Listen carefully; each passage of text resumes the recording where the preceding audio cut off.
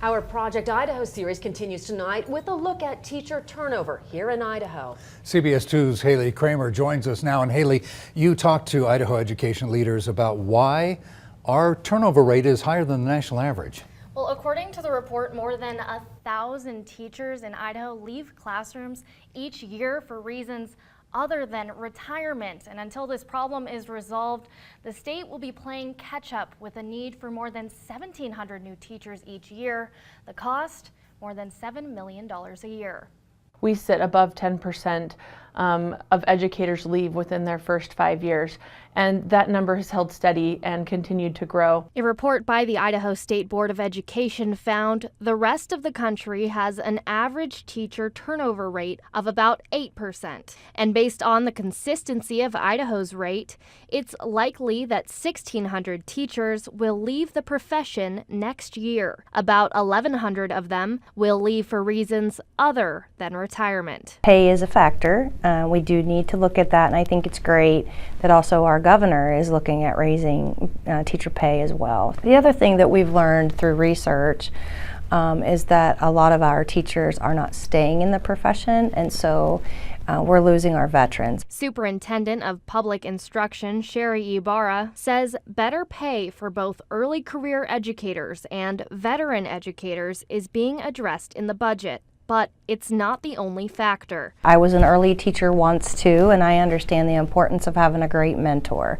And so making sure that we have those programs in place so that we have teachers make it past what we call the 3 to 5 year threshold, which means research points to if they stay between 3 to 5 years, they're likely to stay within the profession. The teacher pipeline report shows that 15% of new teachers in Idaho leave after the very first year. Early career educators are phenomenal. Veteran educators are phenomenal.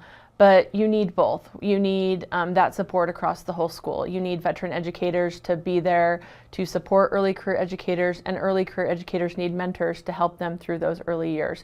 Carrie Overall with the Idaho Education Association says this type of constant turnover can burden both districts and their students. Districts feel like they never get ahead. They're constantly retraining educators, which can sometimes make it difficult for student achievement to increase. We would like to see the longevity in districts across this state so that students have access to well-trained and qualified educators regardless of the district that they live in. It's going to take a lot of local initiatives and state initiatives to help address this issue. It took us a long time to get to this point where we're at in the educator shortage, and it's likely going to take us just as long to turn it back around. Later this week, I'll have more from Superintendent Ibarra on current problems surrounding teacher pay and what they're doing to address them. Haley, thank you. We are making a long-term commitment to reporting on education. If you have a story about Idaho education, Haley would like to hear from you. Just send us an email, projectidaho@kboi2.com.